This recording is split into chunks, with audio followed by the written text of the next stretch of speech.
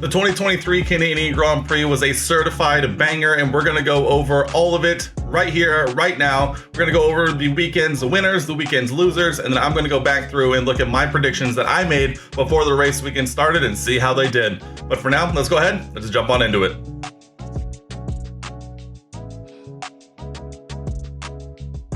We're going to go ahead and we're going to start with my race quick hits, just a few notes that I jotted down throughout the Canadian Grand Prix itself. And let's go ahead and we'll start right at the front. And the fact that, hey, Max Verstappen winning the Canadian Grand Prix is none too surprising to those who really aren't expecting anyone else to win a race right now. But the fact that he only won, yes, only won by 10 seconds, less than 10 seconds even, is actually a huge step forward. Aston Martin seemed to take a step forward with their car, and it looks like Mercedes has finally found some consistency in their platform as well. So realistically, yes, Max won, but it could have been a whole lot worse and would have been a whole lot worse if this race had taken place earlier in the season. So we need to take our small W's when we can.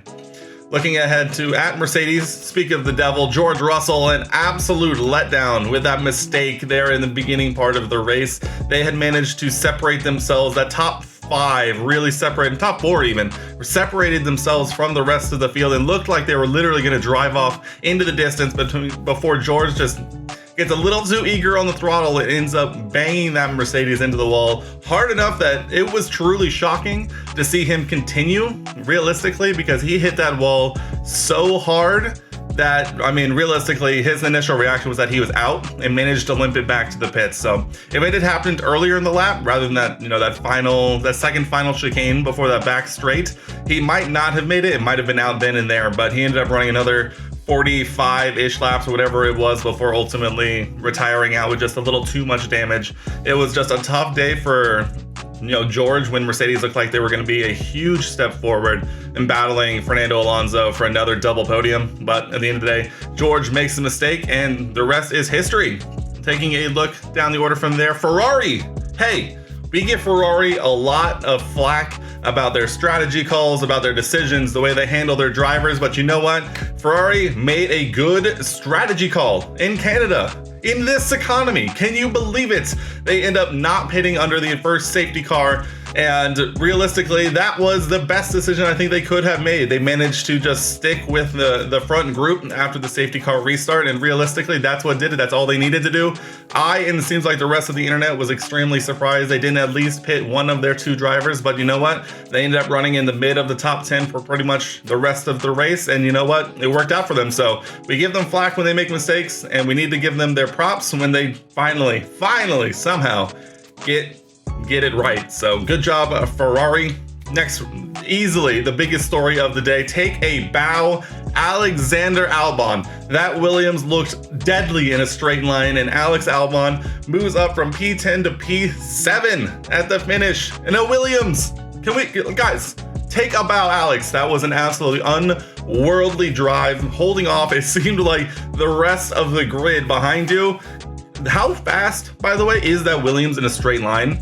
I mean, Alex was 25 seconds behind Perez, I believe, who was ahead, and it looked like Ocon could not and would not be able to catch that Williams in a straight line with DRS. So kudos to Williams for building an absolute rocket ship in a straight line, and kudos for Alex Albon holding on, dealing with the pressure, and a P7 finish for Williams. What a day for you, Alex Albano. Next, the complete opposite side of the coin. Now, if you're familiar with this channel, and for me, I am a Haas fan. I make my weekly predictions for Haas every single race weekend, and man, this race is a true testament to just how being a Haas fan is the truest testament of loyalty to a team that has not had that much success, and realistically, just week in and week out, to give you a little glimmer of hope. And Nico Hülkenberg, P2 qualifying, ends up being P5 on the start. But Nico ends up falling all the way out of the points, and it was a tough day. It was a tough day for a Haas and a Haas car that is just deadly on its tires, and it was a further down the field finish than we would have liked. But nonetheless worth a mention there as well. And finally, my last quick hit. Welcome back, Valtteri Bottas.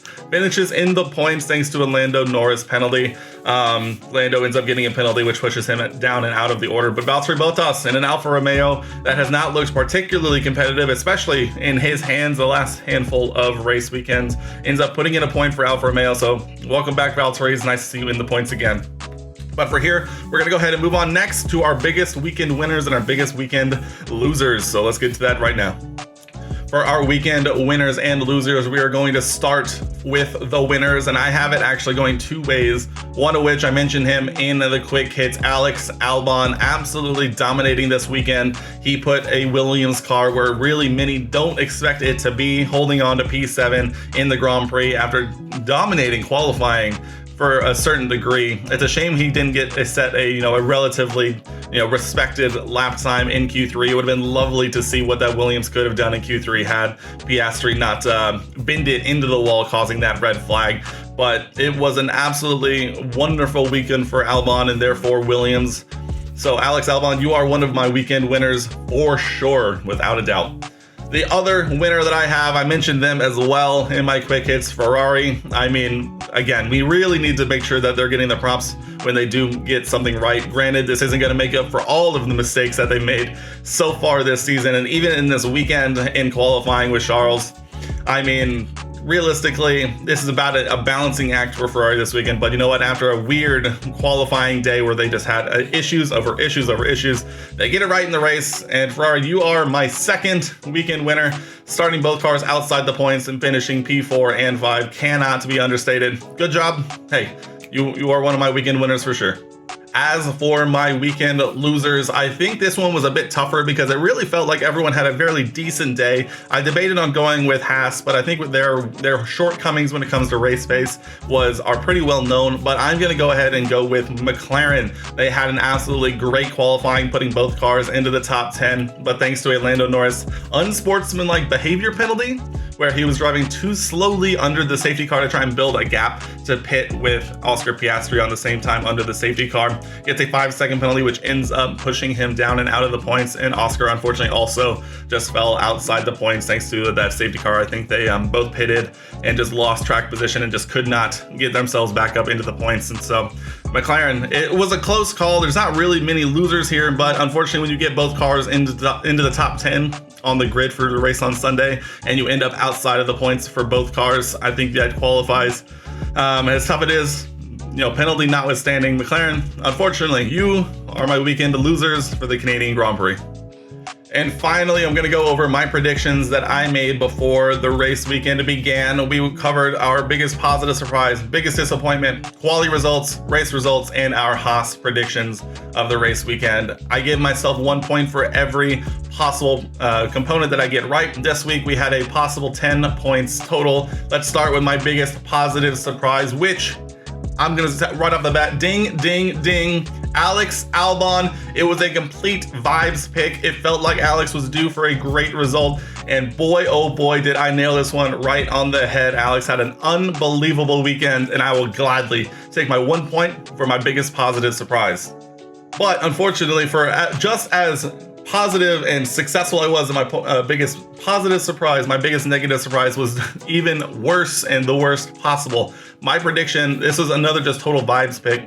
With the forecast that we saw at the beginning of the week, it really looked like it was going to rain all weekend long, and we'd had a couple of these so far, but ended up being fairly dry for most of the race weekend. So I made the prediction that my biggest disappointment was that it was going to be a full wet race pretty much all the way through, kind of dampening the excitement, but it was about as wrong as it could get because it was dry every lap and every step of the way today. And so that is 0 for 1 on my biggest disappointment. But at the end of the day, I'm not mad about that. We got an absolutely banging race. It was very exciting from start to finish, and I couldn't be happier to be wrong about my biggest disappointment. Moving on now to my predicted qualifying top 3.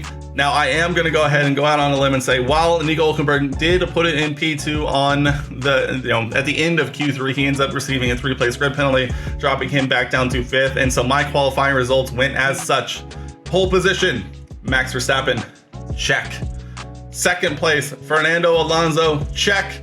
Third place, Lewis Hamilton. Check. I go 3 for 3 in my qualifying predictions. Yes, it did take a Nico Hülkenberg penalty, but at the same time, which, I mean, let's be honest, if Nico had ended up holding on to that second place, I would have gladly been wrong in my qualifying predictions, but unfortunately, he does receive a 3-place grid penalty, and my qualifying results as such end up going to 100% correct. So, ding, ding, ding, 3 dings, 3 correct positions, 3 correct points for me.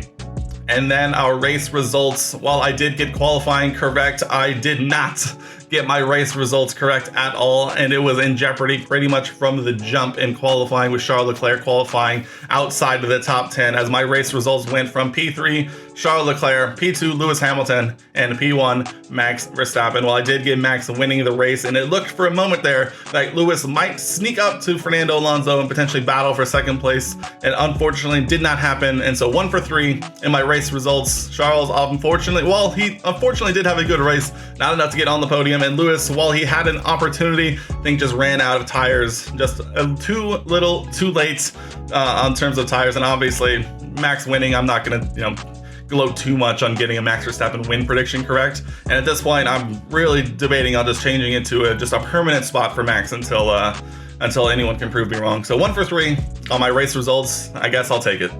And then finally, my last prediction that I make, my Haas predictions for the weekend. I predicted 2 cars into Q2, check. I didn't predict any cars into Q3, and I was going to give myself a deduction of a half a point for not predicting it. But at the end of the day, after the 3-place grid penalty and the way this race went, I'm not doing that to myself. I'm giving myself a full point for 2 cars into Q2, and that's it. And then I also predicted that both cars would finish in the top 14. And now this one might have been a little closer if Nico hadn't gotten so unlucky with his pit stop right before the safety car came out for George Russell's damage. And so it was close, but unfortunately it's just 1 for 2 as both cars finished outside the top 14 actually. And so 1 for 2 on my Haas predictions. And then that is it. That's all the predictions that I made. And after you tally it all up, I went 6 for 10, which is my best result so far of the season, I think, after going 0 for 11, I think it was in Monaco. And then last time out in Spain, I think I ended up like 4 for 11 or something like that. So we are up to 60%. If we continue on this trajectory, at some point, I'm going to get every single step correct. And I'm going to call myself clairvoyant for pretty much the rest of the way. But that is the results of my predictions that I made for the Canadian Grand Prix. Guys, that wraps up the Canadian Grand Prix for 2023. What did you think of the race? Let me know down in the comment section below. And if you enjoy F1 action, go ahead, hit that subscribe button, turn on the notification bell so you don't miss a single upload. I do one of these recaps and predictions videos before every single race weekend. And on the side, I also do a lot of F1 gaming as well, both F1 Manager and F1 23, now that it is out. So if you enjoy F1 content, hit that subscribe button and let's have some fun chatting F1. But for now, we're back out relatively quickly for another race here coming soon. But for now, that'll do it for me here, and I'll see you guys in the next one.